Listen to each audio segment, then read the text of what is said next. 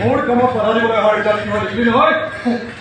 তহঁতে সদায় কোনো যদি ভগৱানৰ নামত এডালকৈ ধূপ জ্বলাও নহয়